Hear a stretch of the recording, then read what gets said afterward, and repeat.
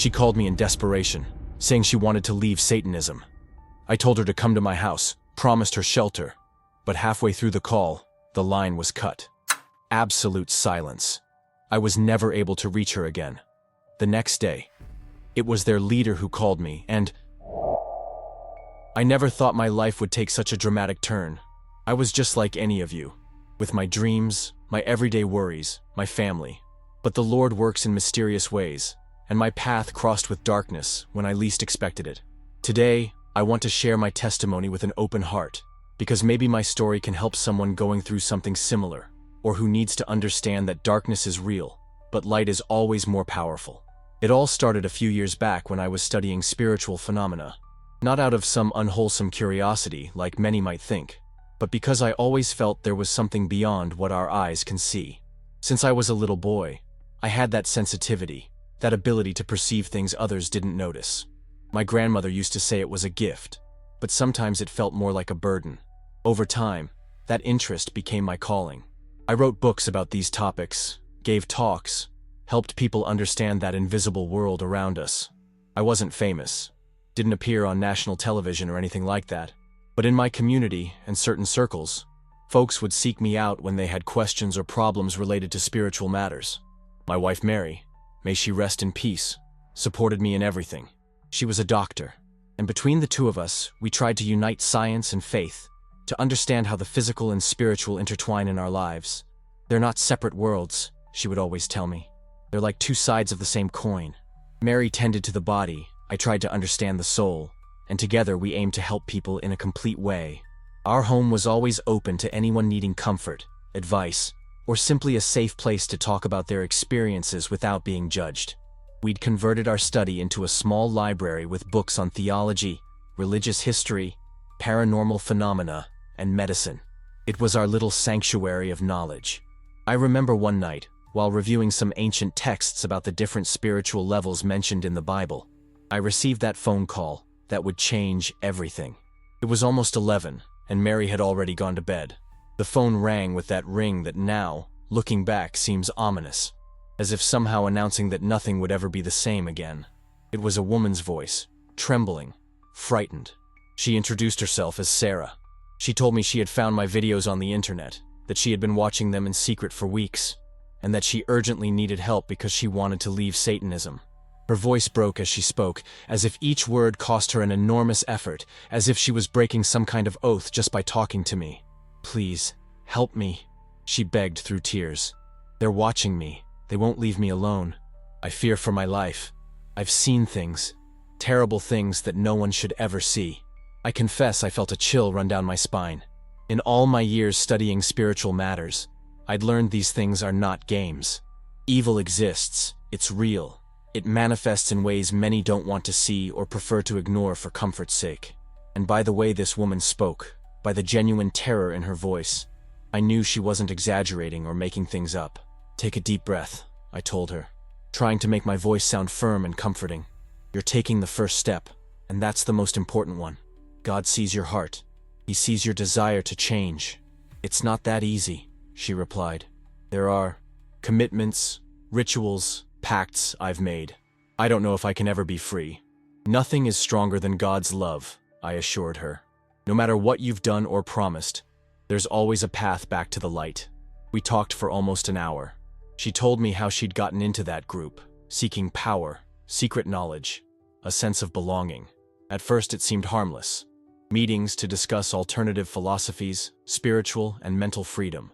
But little by little, things grew darker. Rituals became increasingly intense, commitments increasingly serious, and a psychological and spiritual dependence on the group's leaders that became suffocating. "Come to my house," I finally said. "You'll be safe here. We can talk, pray together, find a solution. You're not alone in this, Sarah." I gave her my address, and she promised she would come that very night. She said first she had to make sure nobody was following her, that she had to be cautious because the group's leader, a man named Daniel, had ways of finding out everything. "Be careful," she warned me. "These people aren't normal. They have connections, influences you can't imagine." She was about to tell me more about the group, about who its members were and how they operated, when the line suddenly went dead. Just silence. I tried calling her several times, but her phone seemed to be turned off or out of service. I left messages, but never got a response. That night I couldn't sleep. I had an uneasiness in my heart, a feeling that something wasn't right. I got up several times to look out the window, expecting to see Sarah arrive, but the street remained empty and silent. I prayed until dawn, asking God to protect this woman, to guide her toward the light, to give her the strength to break any chain keeping her bound to darkness. Mary found me in the study, with the Bible open and my eyes reddened from lack of sleep. I didn't need to explain much. After so many years together, she could read my concern like an open book. "Someone in trouble?" she simply asked, placing a cup of fresh coffee before me. I told her about Sarah, about the call, about my uneasiness. Mary listened in silence, with that understanding look so uniquely hers, that perfect mixture of compassion and rational analysis. "If she really wants help, she'll call again," she finally said. "And if she doesn't, we'll have to trust that God will guide her down another path. You can't carry the weight of the world on your shoulders, my love." Wise words, as always. But that feeling of uneasiness wouldn't leave me. I spent the day distracted, constantly looking at the phone, waiting for news from Sarah that never came. The next day my phone rang early. My heart skipped a beat, thinking it might be Sarah, but the voice I heard froze my blood. It was a man. His voice sounded calm, almost friendly, but there was something in it that caused me deep fear, as if I were listening to something that only pretended to sound human. "Good morning, Professor," he said in a tone that seemed a parody of courtesy. "I hope I haven't awakened you." "Who's speaking?" I asked, though deep down I already knew. "My name is Daniel," he replied with a softness that was more threatening than any shout. "Sarah has told me so much about you, so much that I felt intrigued." A chill ran from head to toe. The way he pronounced Sarah's name as if she were a possession confirmed my worst fears. "You know, Sarah won't be able to visit you," he continued with that same calm voice that now seemed obscene in its falseness. "She has decided that our path is the right one after all. And now, dear Professor, you interest us." It was at that moment I realized I had gotten involved in something much bigger and more dangerous than I'd imagined. This man, who introduced himself as Daniel, explained he was the leader of a group dedicated to what he called true spiritual freedom. He didn't use the word Satanism, but he didn't need to. I knew well what he was talking about, recognized the rhetoric, the euphemisms, the way of presenting darkness as if it were enlightenment. "We've been watching you," he continued. "Your books, your talks. You have knowledge that could be useful to us. But you're also confusing our followers with your ideas about light and salvation. Some are questioning their commitment to us after listening to you. I swear to you by all that's holy." At that moment, I felt the presence of evil like never before in my life. It wasn't just the threat of a disturbed man. It was something deeper, darker. As if through his voice, something ancient and malevolent was speaking directly to me. "I'm not interested in what you're offering," I replied, trying to keep my voice firm. "And I'm not afraid of you either. I know a truth that's more powerful than any darkness." He laughed. A soft, controlled laugh, but filled with something I can only describe as emptiness. A hollow sound that seemed to come from a place where there is no light, no warmth, no life. "Everyone says the same at first," he told me. "But when things start changing around them, when the signs begin to appear, when dreams turn to nightmares, that's when we understand who really has the power." "Jesus has all the power," I responded, firmly pronouncing that name I knew would cause him discomfort. There was a brief silence, as if I'd touched a sensitive nerve. Then, with a slightly altered voice, less controlled, he said to me, "We'll speak soon, Professor. Very soon." He hung up, and I stood there with the phone in my hand, trembling like a leaf. What should I do? Call the police? What would I tell them? That the leader of a satanic group had threatened me through veiled insinuations? They'd surely think I was crazy or exaggerating an unpleasant call. Mary found me like that, paralyzed with the phone still in my hand. She looked at me with concern and asked what was happening. I told her everything, and she, always practical, suggested I take basic precautions. Change locks, install cameras, be alert to anything unusual. "We can't live in fear," she told me. "But we shouldn't be naive either. These people exist, and they can be dangerous, not because of supernatural powers, but because of what they're capable of doing as disturbed human beings." I also decided to seek spiritual help. I contacted my friend Thomas, a pastor with experience in these matters. Unlike some religious leaders who prefer not to talk about these things, Thomas had a direct and realistic approach to the dark side of spirituality. We met at a quiet cafe on the outskirts of town, away from curious eyes. He listened without interrupting me, and then looked at me with seriousness. His eyes, normally sparkling and full of humor, were somber. "Brother," he said to me, "this is no coincidence. If they've contacted you, it's because your work is affecting their plans. You're helping people find the light, and that bothers them. But you must also understand that you're now in danger. These groups don't play around." "What do you think happened to Sarah?" I asked, expressing the fear that had been gnawing at me since Daniel's call. Thomas sighed deeply. "I don't know, and it's better not to speculate. But what I do know is that you need protection. Not just physical, but spiritual." We spent the next hour praying together, strengthening what Thomas called the spiritual armor. He reminded me of biblical passages about divine protection, about how evil cannot touch those who are covered by the blood of Christ. "The battle is not against flesh and blood," he quoted to me, "but against principalities, against powers, against the rulers of the darkness of this world, against spiritual wickedness in high places." Before we parted, Thomas gave me one more piece of advice. "Don't let fear paralyze you. Keep doing your work, keep helping people, but be prudent, and above all, don't stop praying."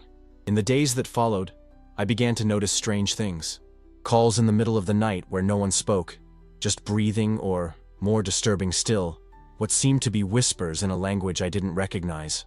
A black car that appeared too many times near my house, always with windows so dark I couldn't see who was inside. Coded messages arriving in my email, with symbols and words I preferred not to try to decipher. And worst of all, the dreams. Dreams so vivid, so real, that I would wake up screaming, drenched in cold sweat, with my heart beating as if it wanted to burst from my chest. In one of them, I saw myself surrounded by figures in black hoods, in a circle. I couldn't see their faces, just shadows where faces should be.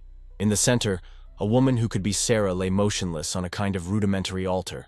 Daniel looked at me from the other side of the circle, the only one with his face uncovered, and said to me, "Join us, or you'll end up like her." I tried to approach Sarah to help her, but my feet wouldn't respond. I was paralyzed, unable to move or speak. Then Daniel raised what appeared to be a ritual knife, and I woke up screaming. Mary was worried. She saw how these dreams were affecting me, how each day I was more tired, more tense. "Maybe you should take a break," she suggested. "We could go visit your sister in the country, get away from all this for a while." But deep down, we both knew it wouldn't be that simple, that whatever had begun with that call from Sarah wouldn't simply stop because I left town for a few weeks. But in the midst of all this darkness, something extraordinary began to happen. My faith, instead of weakening, grew stronger. I started to understand passages of the Bible that before had seemed confusing or abstract to me. I began to see more clearly how these dark forces operate in our world, how they infiltrate everyday life, how they use fear and desperation to gain followers. My talks and writings, far from becoming more cautious, became more direct, deeper.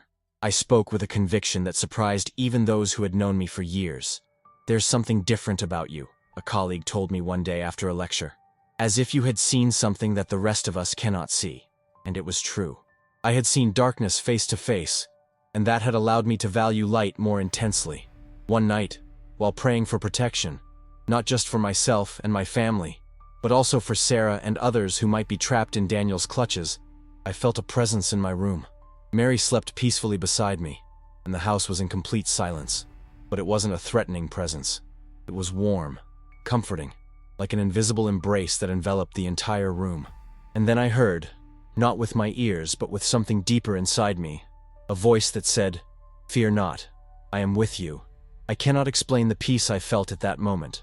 It was as if all my worries, all my fears, dissolved in that light that seemed to emanate from the very center of my being. That night I slept as I hadn't in weeks. No nightmares, no startling awake. And upon waking, I made a decision. I would hide no more.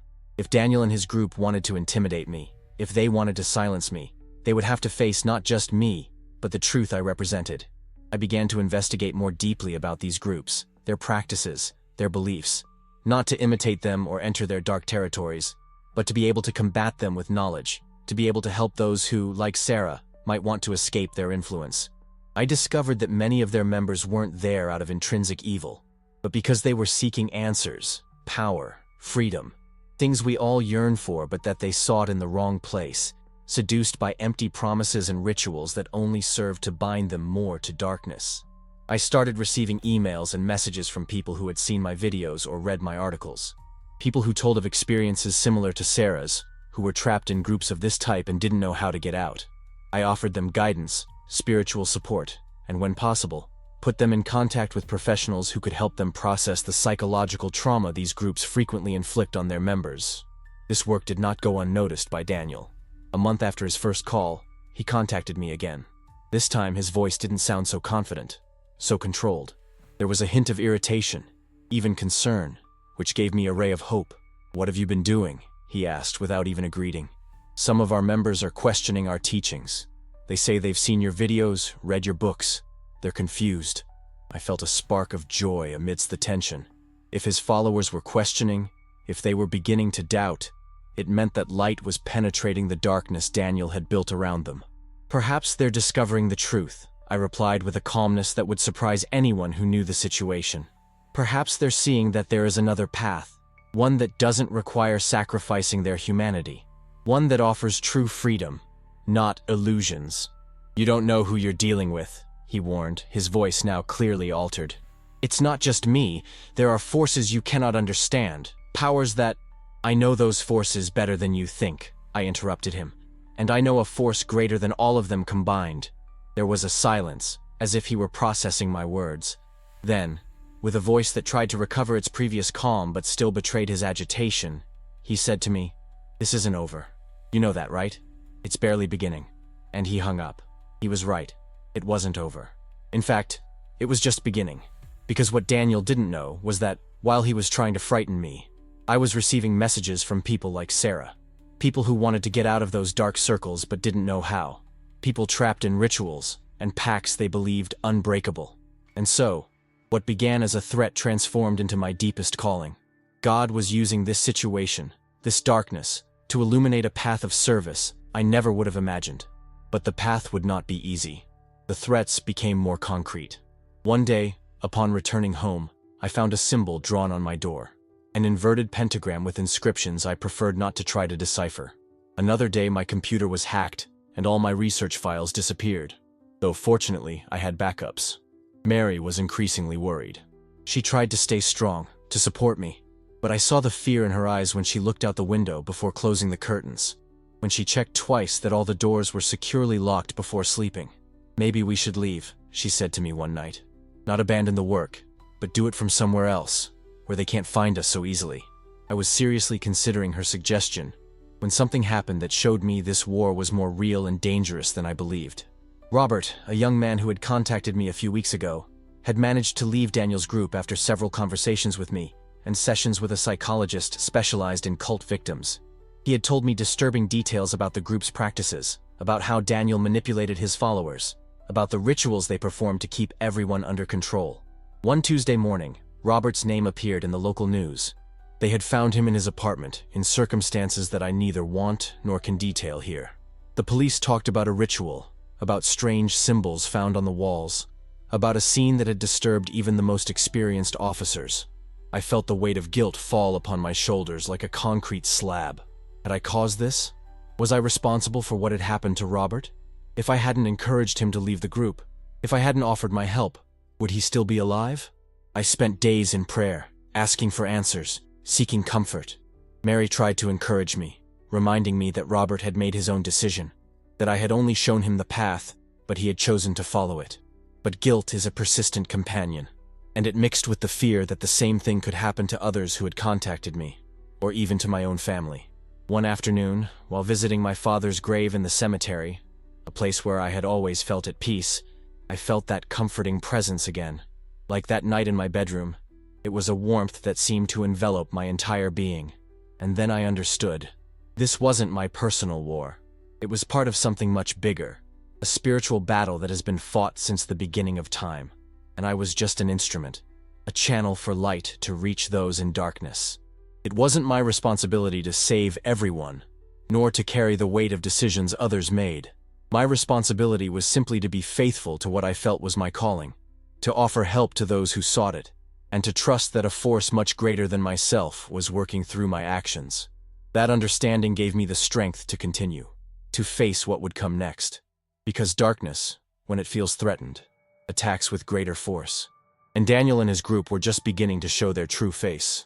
Upon returning home, I told Mary about my experience in the cemetery, about the peace I had felt, about the certainty that we weren't alone in this battle. "I've always known that," she said with a tender smile. "From the first day I met you, I knew there was something special about you, a light that doesn't easily go out." We decided not to run away, not to abandon our home, our community, our work, but we took additional precautions. We installed a more complete security system, changed our routines to be less predictable, and most importantly, we strengthened our spiritual life. We prayed together every morning and every night, read the scriptures with renewed interest, seeking in them the wisdom and strength we needed. And we continued with our work. I kept giving talks, writing articles, offering help to those who sought it. But now I did it with a deeper understanding of what was really at stake, of the true nature of the battle we were fighting. The threats continued, the disturbing dreams, the symbols left on our door, the silent calls in the middle of the night. But now, instead of fear, I felt a quiet determination, a peace that, as Scripture says, surpasses all understanding. Daniel didn't call me directly again, but I knew he was still watching, waiting, perhaps looking for a moment of weakness, a carelessness that would allow him to attack more directly. And while he waited, I continued receiving messages from people who wanted to leave his group. Not as many as I would have liked, but each one was a victory, a life recovered from darkness, a soul finding its way back to the light. One night, while reviewing these messages, I found one that made me hold my breath. It was brief, just a few lines, but the sender's name made my heart skip a beat. "Sarah, I'm still alive," the message said. "I can't say much, they watch me constantly, but I want you to know that your words have kept me hopeful. Please keep helping others. Someday I'll find a way out of here." I didn't respond to the message, fearing it might put her in danger if Daniel or someone from his group monitored her email. But I kept those words like a treasure, like proof that even in the deepest darkness, light can find a way to filter through. I showed the message to Mary, who read it with tears in her eyes. "See," she said, "she's alive, and she has hope. That's the most important thing." In the days that followed, I doubled my efforts. I recorded new videos, wrote new articles, focused especially on how to recognize the manipulation of groups like Daniel's, how to free oneself from the psychological and spiritual ties these groups create, and how to find true peace and freedom. I didn't directly mention Daniel or his group, of course. I didn't want to give them publicity or expose Sarah or others who might be in similar situations, but I knew they would understand the message, that they would see their own experiences reflected in my words. And it seems they did, because 2 weeks after receiving Sarah's message, something unexpected happened. I was giving a talk at a small bookstore, speaking about the difference between true spirituality and the false promises of power and secret knowledge, when I noticed a person in the last row.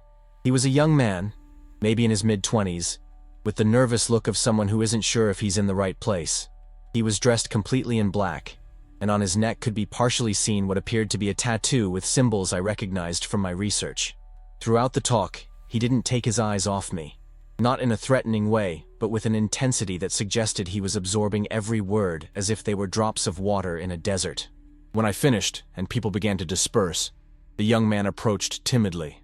"Professor," he said in a low voice, "I need to talk to you." I felt a mixture of alarm and hope. Was it a trap set by Daniel? Or was it another soul seeking to escape his influence? "Of course," I replied, maintaining a casual tone while discreetly observing if there was anyone else suspicious in the bookstore. "How can I help you?" "Not here," he said, looking nervously around. "It's about Daniel and Sarah." My heart leapt upon hearing those names. "I understand," I told him. "Let's go somewhere more private." I took him to a small room in the back of the bookstore, where reading clubs usually met. The owner, an old friend, had given me permission to use it when needed. Once there, the young man introduced himself as Michael. He told me he had been part of Daniel's group for 2 years, that he had joined seeking answers to existential questions that traditional religion hadn't been able to answer for him. At first it seemed incredible, he told me. Daniel has this charisma, this way of speaking that makes you believe he really has all the answers. He makes you feel special, chosen, But with time, he began to see the dark side. The rituals that became increasingly extreme, Daniel's demands that became increasingly invasive, the control he exerted over all aspects of his followers' lives. And then Sarah arrived, Michael continued. She was different. She asked questions, questioned things that the rest of us accepted without thinking. Daniel didn't like that, but he kept her close because she had connections he wanted. Connections? I asked, intrigued. Michael nodded. Her family has influence in certain circles. Politics, business. Daniel is always looking to expand his network of influence. He told me how Sarah had started watching my videos in secret, how she had begun to question Daniel's teachings even more, and how she had finally tried to escape. They caught her before she could reach you, he said sadly. Daniel was furious. I'd never seen him like that. I thought he was going to, well, I feared the worst. But instead, he keeps her isolated, under constant surveillance. I think he's still hoping to use her connections. Is she all right? I asked, remembering the brief message I had received. As well as can be expected, Michael replied. Physically, at least. But each day that passes, she seems to lose a bit more of her spirit. It's as if she's slowly fading away. He explained that he too had begun to question, to see through Daniel's manipulations. He had found my videos, my writings, and something had resonated with him. I want out, he told me with determination, and I want to help Sarah get out too. But I need to know how to do it without ending up, well, you know what happened to Robert. The name of Robert hung between us like a shadow, so Daniel's group was responsible for his death, just as I had feared. I'll help you, I promised him. But you have to understand that this won't be easy or quick. We have to be strategic, cautious. During the next few hours, we developed a plan. Michael wouldn't attempt an abrupt exit like Robert had. Instead, he would begin to distance himself gradually, reducing his participation in the group's activities, offering credible excuses for his absences. Meanwhile, he would try to stay close to Sarah, offer her moral support, keep her hope alive. And I, for my part, would continue my work, but now with more direct information about the internal operations of Daniel's group, about his specific manipulations, about the vulnerabilities that Michael had identified in his teachings and practices. There are others like us, Michael told me before leaving. Others who are beginning to see through Daniel's facade. Your work is having an effect, Professor. Don't give up. Those words gave me renewed determination. Despite the threats, despite the fear, despite the shadow of what had happened to Robert, I felt we were making progress. That light was beginning to penetrate the darkness Daniel had created. The following weeks were intense.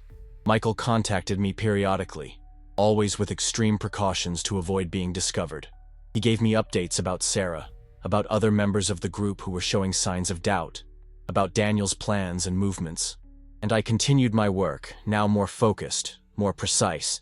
Each video, each article, each talk was designed to counter a specific manipulation, to dismantle a concrete lie that Daniel used to control his followers. Mary noticed the change in me, the renewed energy, the determination that had replaced fear and doubt. Be careful, she often warned me. Remember what happened to Robert. And I remembered. Every day, with every word I wrote or spoke, I remembered Robert, and Sarah, and Michael, and all the others whose names I might never know, but who might be listening, reading, seeking a way back to the light. One Sunday morning, as Mary and I were getting ready for church, I received a call from an unknown number. I hesitated to answer, fearing it might be Daniel again, but something prompted me to do so. It was a woman's voice, trembling but determined. "Professor," she said, "it's Sarah. Michael has helped me get this phone. I don't have much time, but I wanted to tell you personally. Your words have kept me alive. Your faith has given me strength when I thought I had lost everything." I felt a wave of emotion upon hearing her voice. It was no longer the terrified voice from that first call, but the voice of someone who, despite still being in darkness, had found a spark of light to hold on to. "Sarah," I told her, "don't lose hope. We're working to help you, to help all who are trapped like you." "I know," she replied, "and I want you to know that you're not alone. There are more people than you think who are waking up, who are seeing through Daniel's lies, but we have to be patient, cautious." She briefly told me about her situation, about how Daniel kept her isolated but relatively safe due to his interest in her family's connections. She told me about other members of the group who were beginning to question, about the cracks that were appearing in the facade of total control that Daniel had built. "I have to go," she finally said. "But I wanted you to know, this is working. Don't give up." And with those words, she hung up, leaving me with a mixture of concern for her safety and hope for her determination. That night, I shared the conversation with Mary. She, always pragmatic, pointed out the risks, the possibility that it was a trap, the need to stay alert. But even she couldn't help feeling hope when hearing about Sarah's call, about the progress we were making. "I've always believed in you," she told me, taking my hands in hers. "I've always known your work was important, but now I see that it's more than important. It's essential." In the days that followed, I redoubled my efforts. With the information that Michael and now Sarah were providing, I could be more specific, more direct in my messages.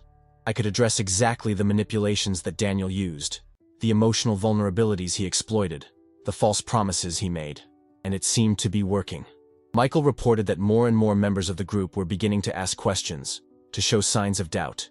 Daniel, according to Michael, was becoming increasingly irritable, more erratic in his behaviors and decisions. "He's losing control," Michael told me in one of our clandestine meetings, "and that makes him more dangerous than ever." Those words proved to be prophetic, because darkness, when it feels threatened, doesn't retreat peacefully. It attacks with more force, with more desperation, with fewer restrictions. And Daniel and his group were just beginning to show their true face in all its terrible and dark reality. The weeks that followed were like walking through a minefield. Every step I took could trigger something dangerous, but I couldn't stand still. More people like Sarah and Michael needed help, and I felt that God had put me on this path for a reason. One night, while Mary slept, I received a message from Michael. It was urgent. A girl named Emily, barely 17 years old, wanted to leave the group. She had been attending the meetings for a few months, brought by a boyfriend who later abandoned her. Now she was scared and wanted to escape before they involved her in deeper rituals. "I need to see her today," Michael wrote. "Daniel is out of town. It's our opportunity. Can you receive us at your house?" I hesitated. Bringing them to my house meant exposing Mary to possible danger. But I also knew we needed a safe place, and my home was the only thing I could offer at that moment. "Bring Emily at 11, I replied. "Come in through the back door. Don't tell anyone else." I woke Mary and explained the situation. As always, she showed a strength that amazed me. Without hesitation, she began to prepare coffee and arrange the study to receive our guests. "If we're going to do this," she told me, "let's do it right. This girl needs to feel peace when she comes through that door." At 11 o'clock sharp, we heard a soft knock on the back door. It was Michael and Emily. She was a small young woman, with large, frightened eyes that seemed to have seen too much for her age. She trembled slightly despite the warmth of the night. We brought them into the study. Mary offered them coffee and some snacks she had quickly prepared. Emily barely touched the food, but held the coffee cup between her hands as if it were a lifeline. "Tell us," I said gently. "Don't be afraid. You're safe here." Emily began to speak in a broken voice. She told us how she had met her ex-boyfriend at college, how he had told her about a group that explored alternative spiritual dimensions. At first they seemed like simple philosophical meetings, discussions about spiritual freedom, about breaking chains imposed by traditional religion. "It sounded so liberating," she told us, "as if I could finally think for myself, explore without limits." But little by little the meetings began to change. Rituals were introduced that at first seemed harmless. Guided meditations, visualizations, small oaths of loyalty to the group. Then came the symbols, the black candles, the chants in languages she didn't understand. "And Daniel," she said, her voice breaking, "he's always watching, choosing who takes the next step, who participates in the deeper rituals." She stopped, unable to continue. Mary sat beside her and took her hand in silence, giving her time and space. "There are things I can't explain," Emily finally continued. "Things I've seen during the rituals. People who change, who speak with voices that aren't their own. Objects that move without anyone touching them. And once I saw someone levitate during a ritual. I was completely awake, hadn't consumed anything, and I saw it with my own eyes." Michael nodded, confirming that he too had witnessed similar phenomena. "They're not tricks," he said. "It's not suggestion. There's something real there. Something dark that works through Daniel and those closest to him." I explained to them that what they were experiencing was real, that there were spiritual forces, both of light and darkness, and that some people, like Daniel, deliberately open doors to darkness seeking power, knowledge, or control. But those doors can be closed, I assured them. And you're not bound to anything you might have promised or participated in there. Emily looked at me with disbelief. But the pacts, the oaths, aren't they irrevocable? There is no pact more powerful than God's love, I told her firmly. There is no darkness that light cannot penetrate, no chain that cannot be broken. We spent the next few hours talking, praying, answering their questions. Emily told us more details about the inner workings of the group, about how Daniel manipulated new members, about the different levels of initiation, about the rituals they performed. There's something else, she finally said, lowering her voice although we were alone in the house. Daniel talks about a plan, about something big that's going to happen soon. He says the world is about to change, that a new order is coming, and that the group will have an important role in that change. Michael nodded again. It's true. He talks about dates, alignments, propitious moments. He says he's preparing to receive a power greater than he's ever had. I felt a chill. This wasn't just an isolated group practicing dark rituals. It was something more organized, more ambitious. Has he mentioned anything specific about this plan? I asked. Emily and Michael exchanged glances. Only fragments, Michael replied. He talks about a great awakening, a change in collective consciousness. But he also talks about chaos, about necessary destruction before reconstruction. And he mentions other groups, Emily added. In other cities, in other countries. He says they're coordinated, that they're all working toward the same end. This confirmed my suspicions that Daniel wasn't acting alone, that there was a wider, more organized network, a network that, for some reason, had targeted me and my work. It was almost dawn when we finished our conversation. Emily looked exhausted, but calmer. We offered Emily to stay at our house for a few days until we could find her a more permanent place, away from Daniel's reach. I can't, she told us. My family, my studies. If I suddenly disappear, Daniel will be suspicious. I have to leave gradually, like Michael said. She was right, of course. A sudden disappearance would put Daniel on alert, might endanger other members who were contemplating leaving. Before she left, Emily gave Mary and me a hug. Thank you, she said with tears in her eyes. For the first time in months, I feel like there's hope. In the weeks that followed, we kept in touch with Emily through Michael. She was gradually distancing herself from the group, attending fewer meetings, showing less enthusiasm when she did attend, but without raising suspicions. At the same time, I continued my work, sharing more information about how these groups operate, how they manipulate, how they use fear and fascination with the unknown to attract and maintain their followers. And the threats continued. Strange symbols appeared painted on my car. I received emails with coded messages, manipulated photos of Mary and me in compromising situations, veiled threats against friends and family. But something was changing. Instead of frightening me, these threats only reinforced my determination. Each new attempt at intimidation showed me that we were having an effect, that we were touching sensitive nerves. One Saturday afternoon, while Mary and I were enjoying a peaceful moment in the garden, I received a call from an unknown number. For a moment, I thought about not answering, but something prompted me to do so. "Professor?" said a female voice I didn't recognize. "My name is Sophia. You don't know me, but I've been following your work. I need your help." Another person seeking to escape, I thought. But what came next surprised me. "I'm not part of Daniel's group," she continued. I was part of another similar group, in another city. But I've heard about you, about what you're doing, and I think I can help you." She explained that she had been a member of a similar group in the capital for years, that she had reached high levels within the hierarchy, that she knew the rituals, the manipulations, the true purposes behind the facade. "These groups are connected," she told me. "They're like cells of a larger organism, and they're preparing for something big, something they've been planning for decades." I asked her how she had escaped, how she had managed to get out without reprisals. "It wasn't easy," she replied, "and I'm not completely free. I still have nightmares. I still feel their presence sometimes.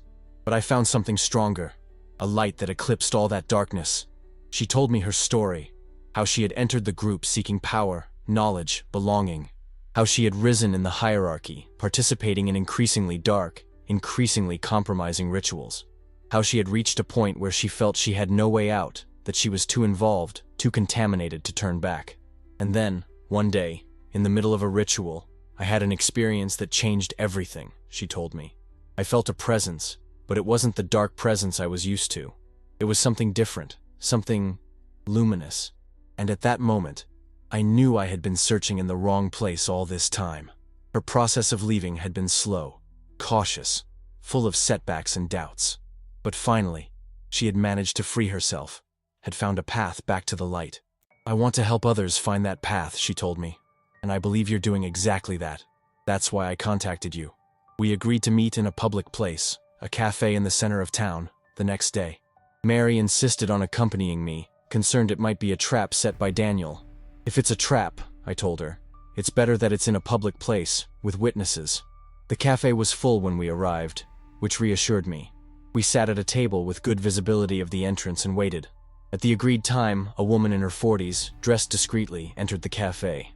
She looked around until her eyes settled on us, and she approached with a determined step.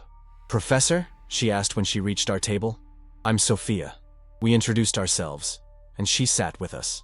For the next hour, Sophia told us more details about her experience, about the group she had belonged to, about the connection that existed between these groups scattered throughout the country. "They're not isolated cults," she explained. "They're part of something larger, something organized. They have a plan, a vision for the future that involves profound changes in society." She told us about specific rituals, psychological manipulations, how these groups identified and recruited vulnerable people, how they gradually introduced them to increasingly dark practices, how they created emotional and spiritual dependency. And she told us about what she called the higher hierarchy, powerful, influential people who didn't directly participate in the most basic rituals, but who directed everything from the shadows. "Daniel is just a pawn," she told us. "An important pawn, yes, but still a pawn in a much bigger game." At the end of our conversation, Sophia handed me an envelope. "Here are names, dates, places, descriptions of specific rituals. Information that can help you understand what you're really up against." I took the envelope cautiously. "Why are you giving me this? Doesn't it put you in danger?" She smiled sadly. "I'm already in danger. I've been in danger from the moment I decided to leave. But if this information can help others avoid falling into the same trap, the risk is worth it." Before we parted, I asked her one last thing. "How did you find me? How did you know about my work?" Her answer surprised me. "Sarah told me about you." "Sarah?" I asked, feeling my heart skip a beat. "You know her? Is she all right?" "I met her a few weeks ago," Sophia replied. "She finally managed to escape. She's in hiding, moving constantly, but she's safe for now. She was the one who suggested I contact you." I felt a mixture of joy and concern. Sarah had escaped, but she was still in danger. I wanted to ask where she was, how I could contact her, but I restrained myself. The less information I had, the less I could reveal if Daniel or someone from his group pressured me. "If you speak with her," I told Sophia, "tell her to keep going, not to look back, and that there are people praying for her." Sophia nodded and said goodbye. We watched her leave the cafe and disappear into the crowd on the street. That night, Mary and I examined the documents Sophia had given us. They were disturbing in their detail, in their clinical coldness in describing rituals and psychological manipulations. But they were also revealing, confirming many of my suspicions, and adding information I didn't know. Especially revealing was the connection between these groups and people in positions of power: politicians, businessmen, media figures. Not all participated directly in rituals or dark practices, but many benefited from the network of influence and manipulation these groups had built. "This is bigger than we thought," Mary said after reading the documents. "It's not just Daniel and his little group. It's a network, a structure with ramifications everywhere." She was right, and that made our task more difficult, but also more crucial. We weren't just helping individuals escape from a specific group. We were confronting a system, a power structure that fed on fear, manipulation, and darkness. In the days that followed, I used the information provided by Sophia to make my work more effective, more precise. I didn't mention specific names or reveal the source of my information, but I could now address concrete manipulations, specific rituals, particular strategies that these groups used, and it seemed to be working. Michael reported that more and more members of Daniel's group were beginning to question, to show signs of doubt, to discreetly seek information about how to leave. Emily was progressing well in her plan of gradual detachment. She had reduced her participation in the group, had begun to express subtle doubts, had started to build a life outside Daniel's circle of influence. And we received messages from people in other cities, people who had seen my videos, read my articles, and recognized similar patterns in groups they belonged to or had managed to escape from. We were building our own network, a network of light to counter the network of darkness. But darkness doesn't retreat peacefully. The threats intensified. One day, upon returning home, we found that someone had broken in. They hadn't stolen anything valuable, but they had left a clear message. Photos of us all over the house, with eyes crossed out with red marker, strange symbols drawn on the walls of our bedroom, a small effigy with my likeness hanging from the ceiling of the study. The police came, took photos, asked questions, but I knew they wouldn't get anywhere. How could I explain to them that this was part of a spiritual war? That those responsible weren't simple vandals, but people involved in dark practices? That night, as Mary and I tried to clean up the mess and restore some sense of normalcy to our home, I received a call from Michael. His voice sounded altered, fearful. "Something has happened," he told me. Emily is in trouble." He explained that Emily had been discovered. Someone had seen her meeting with me, had informed Daniel, and now she was being subjected to what they called a purification ritual. "It's horrible," Michael told me, his voice breaking. "They're keeping her isolated, without food or water, forcing her to repeat oaths, threatening her with what will happen if she tries to escape again." I felt a knot in my stomach. "Where is she? We have to get her out of there." "It's not that simple," Michael replied. "They're watching her constantly, and if we try a forced extraction, we'll endanger everyone else who's considering leaving." He was right, of course. A hasty action could worsen the situation, not only for Emily but for all involved. "Can you contact her somehow?" I asked him. "Let her know she's not alone, that we're looking for a way to help her?" "I'll try," Michael promised. "But I have to be extremely cautious. Daniel is paranoid now, suspicious of everyone." During the days that followed, we lived in a state of constant anxiety. Michael provided us with sporadic updates about Emily, who remained under what could only be described as intensive brainwashing.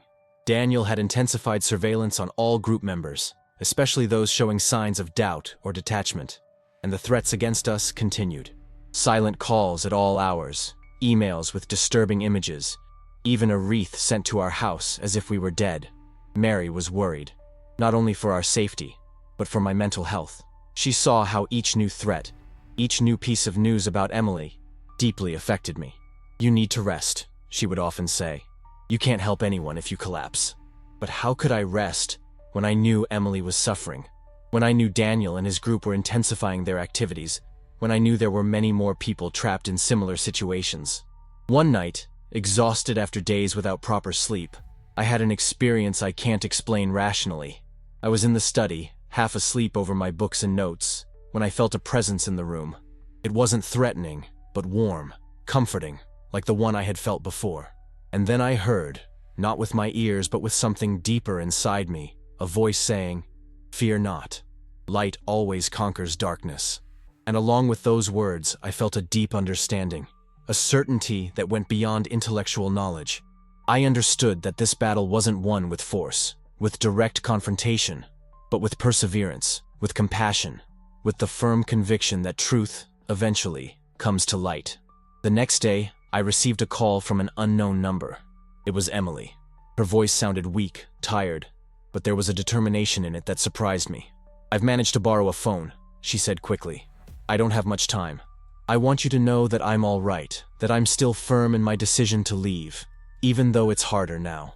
She told me briefly about what had been happening, about Daniel's attempts to reprogram her, to make her renounce her desire to leave the group. "But it hasn't worked," she told me with a quiet pride in her voice. "Everything he's told me, everything he's tried, has only confirmed that I'm making the right decision in wanting to leave." She explained that Daniel was planning an important ritual, something he had been preparing for months. A ritual that, according to him, would mark a before and after, that would give him access to powers he had, until now only been able to glimpse. "And he wants all of us to participate," Emily told me. "It's mandatory for all members. He says that after this ritual, there will be no turning back, that we'll all be irrevocably committed." The ritual was scheduled for the next full moon, at a secluded place on the outskirts of town. A place that, from Emily's description, sounded like an old abandoned mansion that had served as a sanitarium decades ago. "I have to go," she said suddenly. Someone's coming. Don't try to contact me, it's too dangerous. I'll find a way to communicate with you if necessary. And she hung up, leaving me with a mixture of concern for her safety and admiration for her courage. I shared this information with Mary and with Thomas, my pastor friend. The three of us agreed that this ritual seemed to be something significant, a turning point in the activities of Daniel's group. If what Emily says is true, Thomas said, this ritual could be an opportunity to intervene, to interrupt whatever Daniel is planning. But it could also be dangerous, Mary warned. We don't know exactly what they're planning, how many people will be involved, if there will be violence. She was right, of course. The idea of directly intervening in a ritual of this type was reckless, potentially catastrophic. But the alternative, allowing Daniel to carry out his plans, to bind those under his influence even more tightly, wasn't acceptable either. We decided to seek more information before making a decision. I contacted Michael, told him about Emily's call, asked if he knew anything more about this planned ritual. It's true, he confirmed. Daniel has been talking about this for weeks. He says it will be a moment of transformation, of elevation to a new level of consciousness and power. He gave me more details about the location, about the preparations being made, about who would participate, and he confirmed something Emily had mentioned. All group members were required to attend, with no exceptions. He says that after this ritual, there will be no more doubts, no more hesitations, Michael explained. That we'll all be united by a bond that transcends the physical, the temporal. I asked him if he thought it would be possible to intervene somehow, to interrupt the ritual without endangering the people involved, especially those like him and Emily who wanted to leave. It's risky, he told me after thinking for a moment, but it could also be our only chance. After this ritual, Daniel plans to purge the group, eliminate anyone showing signs of doubt or disloyalty. That meant time was running out for Michael, for Emily, for any other member considering escape. If we didn't act before this ritual, they might lose their opportunity, perhaps forever. During the days that followed, we developed a plan. It wouldn't be a direct, confrontational intervention, but something more subtle. We would use the information we had about the ritual, about Daniel's manipulations, to sow doubts at the crucial moment, to give those who wanted to leave an opportunity to see through the facade. Thomas gathered a group from his church, trusted people who understood the seriousness of the situation, who had experience helping people leave situations of control and manipulation. They wouldn't be present at the ritual itself, of course, but they would be nearby, ready to offer support, shelter, transportation to anyone who decided to leave that night. Mary prepared our house to receive potential refugees. She arranged extra rooms, prepared supplies, made sure we had everything necessary to offer comfort and security to people who might be confused, scared, traumatized. And I continued working on my videos, my articles, focusing specifically on dismantling the type of manipulation that Daniel would use in this ritual, exposing the tactics, the psychological tricks, the false promises. Michael kept us informed about the preparations within the group, about the mood of the members, about any changes in Daniel's plans. And through him, we managed to maintain indirect contact with Emily, making sure she remained firm, that she understood the plan. The night of the ritual arrived faster than we would have liked. Despite all our preparations, I felt an anxiety I couldn't shake off. Were we doing the right thing? Were we endangering the very people we wanted to help? Mary noticed my unease and took my hands in hers. Trust, she said simply. Trust that light is stronger than darkness. Trust that love is more powerful than fear. Thomas and his group headed to the vicinity of the abandoned mansion, maintaining a prudent distance but being close enough to act if necessary. Mary and I stayed at home, prepared to receive anyone who needed refuge. The hours passed slowly. Each minute seemed like an eternity. We tried to keep ourselves busy, reviewing details, making sure everything was ready, but the anxiety was almost palpable in the air. Finally, shortly after midnight, we received a call from Thomas. His voice sounded agitated but jubilant. It's working, he told us. People are coming out. Not everyone, but several. Michael and Emily among them. We're taking them to safe places, as planned. I felt a wave of relief and gratitude. The plan was working. People were escaping. They were choosing light over darkness. But my relief was brief. Thomas's next call, barely an hour later, changed everything. Something's gone wrong, he told us, his voice now tense, worried. Daniel has realized what's happening. He's furious. And there are strange phenomena occurring at the mansion. Lights, sounds, things I can't explain. I asked if everyone was safe, if all who had wanted to leave had managed to do so. Most of them, he replied. But there are some who couldn't escape in time. Daniel has gathered them in the main hall. He's performing some kind of ritual with them. And Emily went back inside. She said there was someone else she wanted to rescue, a friend who hadn't managed to get out. She went in before we could stop her. I felt a knot in my stomach. Emily had put herself in danger again to help someone else. It was brave, no doubt, but also incredibly risky. And Michael? I asked. He's here with me, Thomas replied. He's worried about Emily, wants to go back in, but we've convinced him that would be suicide. He told us he would continue monitoring the situation, that he would keep us informed if there was any change. After hanging up, Mary and I looked at each other in silence for a long moment. I have to go, I finally told her. I can't stay here knowing Emily is in danger, that there are other people trapped in there. Mary looked at me with a mixture of concern and understanding. I know, she said, but you won't go alone. I tried to protest, to tell her it was too dangerous, that one of us should stay to coordinate, to receive those who might arrive seeking refuge, but she was firm. We do this together, she told me. It's always been that way, and it always will be. On the way to the mansion, I called Thomas to inform him of our decision. He wasn't happy, but he understood our reasons. Be careful, he warned us. There's something disturbing happening in there. When we arrived, I understood what he meant. The mansion, a large, decrepit building that should have been shrouded in darkness, emitted a strange, pulsating glow, of a color I cannot adequately describe. A low sound, like a hum or a murmur, seemed to emanate from its walls. Thomas received us at the perimeter they had established. With him was Michael, with reddened eyes as if he had been crying, and several people who I assumed were the members who had managed to escape. This isn't normal, Thomas told us, pointing toward the mansion. I've seen many things in my ministry, but never anything like this. Michael explained that Daniel had begun the ritual as planned, but when he noticed that several members were absent, that some were openly questioning his teachings, he had entered a state of fury that bordered on madness. He began to perform another type of ritual, he told us. Something darker, more intense. He talked about sealing those who remained, of ensuring they could never leave him. And that's when the strange phenomena began. The lights, the sounds, a feeling of pressure in the air like before an electrical storm. Emily saw that her friend Anna hadn't managed to get out, Michael continued. She said she couldn't leave her there, that she had to help her. She went in before we could stop her. I asked how long it had been since Emily had gone back inside. Almost an hour, he replied, concern evident in his voice. And things have only gotten worse since then. The phenomena have intensified. There are voices, screams, that don't sound human. I looked toward the mansion, toward that unnatural glow, and felt a chill that had nothing to do with the night's temperature.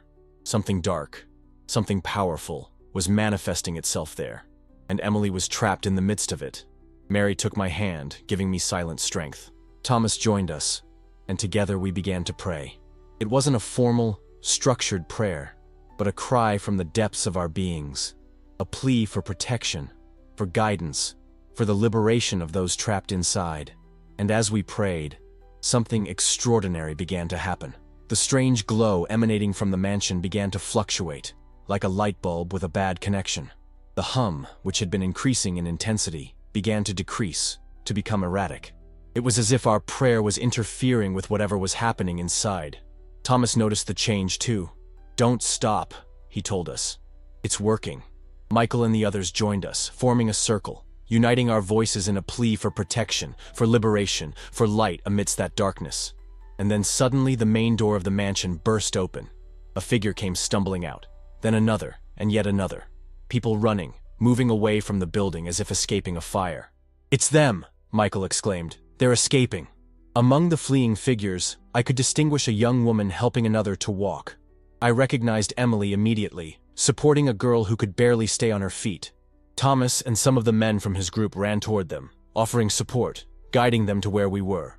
Emily was pale, with scratches on her arms and face, but in her eyes there was a fierce determination, a fire that neither Daniel nor his rituals had been able to extinguish. Anna is weak, she told us when they reached our side. She hasn't eaten or drunk in days. She needs medical attention. While Thomas organized Anna's transfer to a hospital, Emily told us what had happened inside. She had managed to enter unseen, taking advantage of the confusion that had been generated when several members began to openly question Daniel during the ritual. Something changed, she told us. It was as if suddenly everyone could see through him, through his lies, through his manipulations. Daniel tried to continue with the ritual, but he no longer had the same control over the group. And then he began to invoke something I had never seen before. She described how Daniel had entered a kind of trance, how his voice had changed, becoming deeper, more other, how the air inside the mansion had become dense, heavy, charged with an energy that made the hairs on the back of your neck stand up. And then, just when it seemed he was going to achieve whatever he was trying to do, something changed again, Emily continued. It was as if there was interference. The energy in the place began to fluctuate, to become erratic. Daniel was screaming, furious, trying to maintain control, but it was as if something more powerful was intervening. It was in that moment of confusion that Emily took advantage to look for Anna, to get her out of there. And they weren't the only ones. Other members, seeing that Daniel's control was weakening, also decided to flee. And Daniel? I asked. What happened to him? Emily shook her head. I don't know. When we left, he was still there, in the center of the hall, surrounded by the few who were still loyal to him. He was still trying to complete the ritual, but he seemed desperate. As we talked, more people continued to exit the mansion. Some ran toward the nearby woods. Others approached us, confused, frightened, seeking help. Michael received them, calmed them, explained to them that they were safe, that they could now choose freely. And then, when it seemed that everything was over, that everyone who wanted to leave had done so, something happened that none of us expected. The glow emanating from the mansion, which had been fluctuating, suddenly intensified until it became blinding. A deafening sound like thunder, but more sustained, deeper, shook the air. And then, as suddenly as it had begun, everything ceased. The silence that followed was almost as disturbing as the previous roar. The mansion was now completely dark, as it should have been from the beginning. There was no glow, no hum, nothing. What was that? Someone asked in a whisper. No one had an answer. We were all shocked, trying to process what we had just witnessed. It was Michael who broke the silence. We have to see what's happened in there. There could be people injured. He was right, of course. Despite the fear, despite the uncertainty, we couldn't simply turn our backs if there were people who needed help. Thomas, Mary, Michael, and I decided to go in. The rest would stay outside, taking care of those who had escaped, prepared to seek additional help if necessary. The house was silent when we entered, lighting our way with the flashlights Thomas had brought. The air smelled of burnt incense and something else. Something I couldn't identify but that made my stomach turn. We followed the faint sounds coming from the main hall, the place where, according to Emily, Daniel had been performing the ritual. What we found there left me speechless. Several people were sitting or lying on the floor, some crying silently, others with a lost gaze, as if they were in shock. In the center of the hall, where Daniel should have been, there was no one. Where is he? Michael asked one of those who remained there, an older man who seemed less affected than the others. He's gone, the man replied simply. They took him. Who took him? Michael insisted. The man shook his head. I can't describe it. I have no words. I only know that he failed. The ritual failed and they weren't happy. We didn't get any more explanations, no matter how much we insisted. It was as if these people had seen something their minds couldn't process, something they refused to or couldn't put into words. With the help of Thomas and the men from his group, we managed to get everyone out of the mansion. Some needed medical attention, others simply a safe place to rest and recover. Between all of us, we made sure that each person received the help they needed.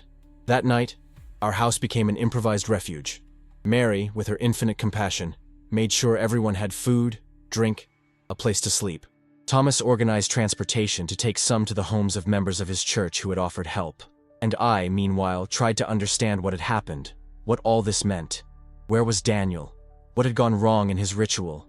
And what would happen now with all these people who had been under his influence for so long? It wasn't until dawn, when the house finally fell silent with most of our improvised guests asleep or resting, that I had a moment to sit with Emily and Michael and talk more carefully about what had happened. I never saw Daniel lose control like that, Michael told us. He's always been imperturbable, calculating. But last night he seemed desperate, almost frantic. It's because he knew he was losing his power over the group. Emily explained. When people started questioning, doubting, that's what he fears most. That's why he wanted to perform this ritual, to seal his control once and for all. I asked them if they thought Daniel would return, if he would try to regroup his followers, rebuild what he had lost that night.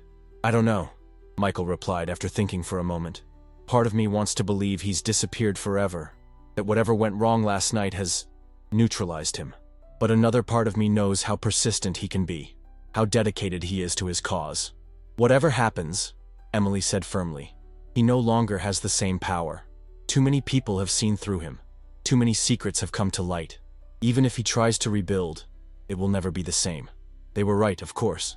What had happened that night was a turning point, not just for Daniel and his group, but for all of us. We had faced a real, tangible darkness, and we had seen how light, eventually, penetrated it. In the weeks that followed, our work continued, but in a different way. It was no longer just about helping individuals escape from Daniel's influence. Now, it was about helping an entire community heal, rebuild their lives outside that dark influence. Many of those who had been in the group needed psychological, spiritual, even material support. Some had lost contact with their families, had abandoned studies or careers, had given possessions to Daniel as offerings. Now they had to rebuild everything from scratch. Thomas and his church were invaluable in this process. They offered not only spiritual refuge but practical support, places to stay, contacts for jobs, help reconnecting with estranged families. Mary, with her medical training, coordinated psychological care for those who needed it, ensuring that the trauma they had experienced was addressed in an appropriate and compassionate manner. And I continued my work of education, but now with direct testimonies, with real experiences that could help others recognize and avoid falling into similar traps. Emily, Michael, and several others who had been in the group joined this effort, sharing their stories, warning others about the signs, the patterns, the manipulations. Not everything was easy, of course. Some of the people who had been most deeply involved with Daniel had difficulties adapting to normal life. They experienced relapses, moments of doubt, periods of desire to return to the apparent security the group had offered them. And not all who had been in the mansion that night decided to leave. Some, the most loyal to Daniel, disappeared after the failed ritual. We didn't know if they were trying to find him, if they were hiding waiting for instructions, or if they were simply too scared to face a world without the structure he had provided them. We also continued to receive threats, although now they were more sporadic, less coordinated. It was as if the network that Daniel and others like him had built was unraveling, losing cohesion, but still capable of biting now and then. But even in the midst of these challenges, there were signs of hope, of transformation, of spiritual rebirth. Emily, for example, was flourishing. She had returned to her studies, had reconnected with her family, was building a new life, free from the chains that had once bound her. And not only that, she was actively helping others do the same. What I experienced was horrible, she told me one day, but it's given me an understanding, an empathy I wouldn't have had otherwise. Now I can use that experience to help others. In some way, the pain has a purpose. Michael, for his part, had decided to study psychology, specializing in the phenomenon of mind control and manipulation in closed groups. I want to better understand what happened to us, he explained. Not just to help others avoid it, but to understand myself, to process my own experience. And so, what had begun as a personal threat, as a challenge to my work and my faith, had transformed into something much larger, more significant, a community of light amidst darkness, a living testimony that truth eventually, always finds its way. About 6 months after that night at the mansion, I received a call I wasn't expecting. It was Sarah. Her voice sounded stronger, more confident than when I had heard it for the first time, that night that now seemed so distant. "I've been following your work," she told me. "I've seen how you've helped Emily, Michael, all the others, and I wanted to thank you for not giving up, for continuing to fight even when I didn't have the strength to do so." She told me that she had been moving, hiding, but that now she felt she could settle down, that the immediate danger had passed, that she was rebuilding her life, step by step, day by day. "And Daniel?" I asked her, the question that still lingered in my thoughts. "Have you heard anything about him?" There was a silence on the other end of the line, a silence that seemed loaded with meaning. "No," she finally replied. "No one has heard from him since that night. It's as if he disappeared from the face of the earth." I felt a chill, remembering the words of the man in the mansion. They took him. I wanted to ask her more, but something stopped me. There were things that perhaps it was better not to know. Questions whose answers might be too disturbing. But that doesn't mean everything is over, Sarah continued. There are others like him. Other groups, other networks. The battle continues, on different fronts, at different levels. She was right, of course. What we had faced, what we had dismantled, was only one cell of something much larger, more deeply rooted. The information that Sophia had provided made it clear that these networks were extensive, that they had ramifications in high places, that their influence was much broader than most could imagine. But now there are more of us fighting, I told Sarah. More people aware, more people willing to stand up, to speak out, to help. And each day we are more. That's true, she agreed. And that's what gives me hope. That no matter how dark the night, there are always stars. And with enough stars, the darkness is never complete. After hanging up, I sat thinking about her words. Stars in the darkness. Points of light that, together, can illuminate even the deepest night. That image stayed with me, becoming a kind of symbol of everything we had experienced, of everything we had learned. Because if anything has taught me through all this experience, it's that darkness is real. Evil exists. It moves in our world. It takes forms that we sometimes don't recognize until it's too late. There are people who, like Daniel, open doors that should remain closed, who invite forces they cannot control, who play with fires that eventually consume them.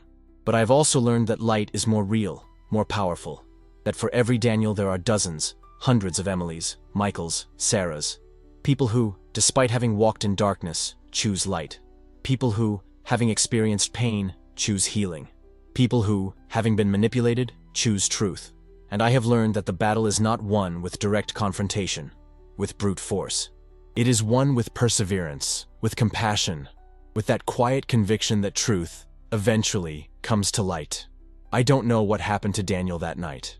I don't know if he will ever return, if he will try to rebuild what he lost, if he will continue to be a threat to those seeking to escape his influence. But I know that, whatever happens, we are no longer alone in this fight. We are a community now, a network of light countering the network of darkness. And each day, each shared testimony, each person finding their way back to the light, strengthens that network, extends its reach, increases its resilience. This has been my testimony, my story of how I faced personified evil and lived to tell about it. Not because I am especially brave or strong, but because I had the blessing of not being alone. I had Mary, Thomas, Emily, Michael, Sarah, Sophia, and so many others whose names I may never know but who were there, at the crucial moment, offering a hand, a word, a prayer. And if there's one thing I want you to take away from this story, it's this. Darkness is real, but light is more powerful. Evil exists, but love is stronger. And no matter how lost we feel, how trapped, how desperate, there is always a path back to the light. Because in the end, when all is said and done, the truth is this. The doors that evil opens, love can close. The chains that fear forges, hope can break. And the hearts that hatred hardens, compassion can soften. This is the truth I've seen with my own eyes, that I've felt in my own heart.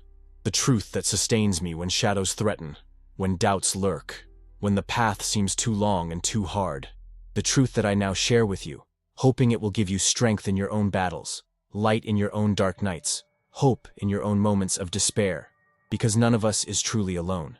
We are all connected, all part of something greater than ourselves.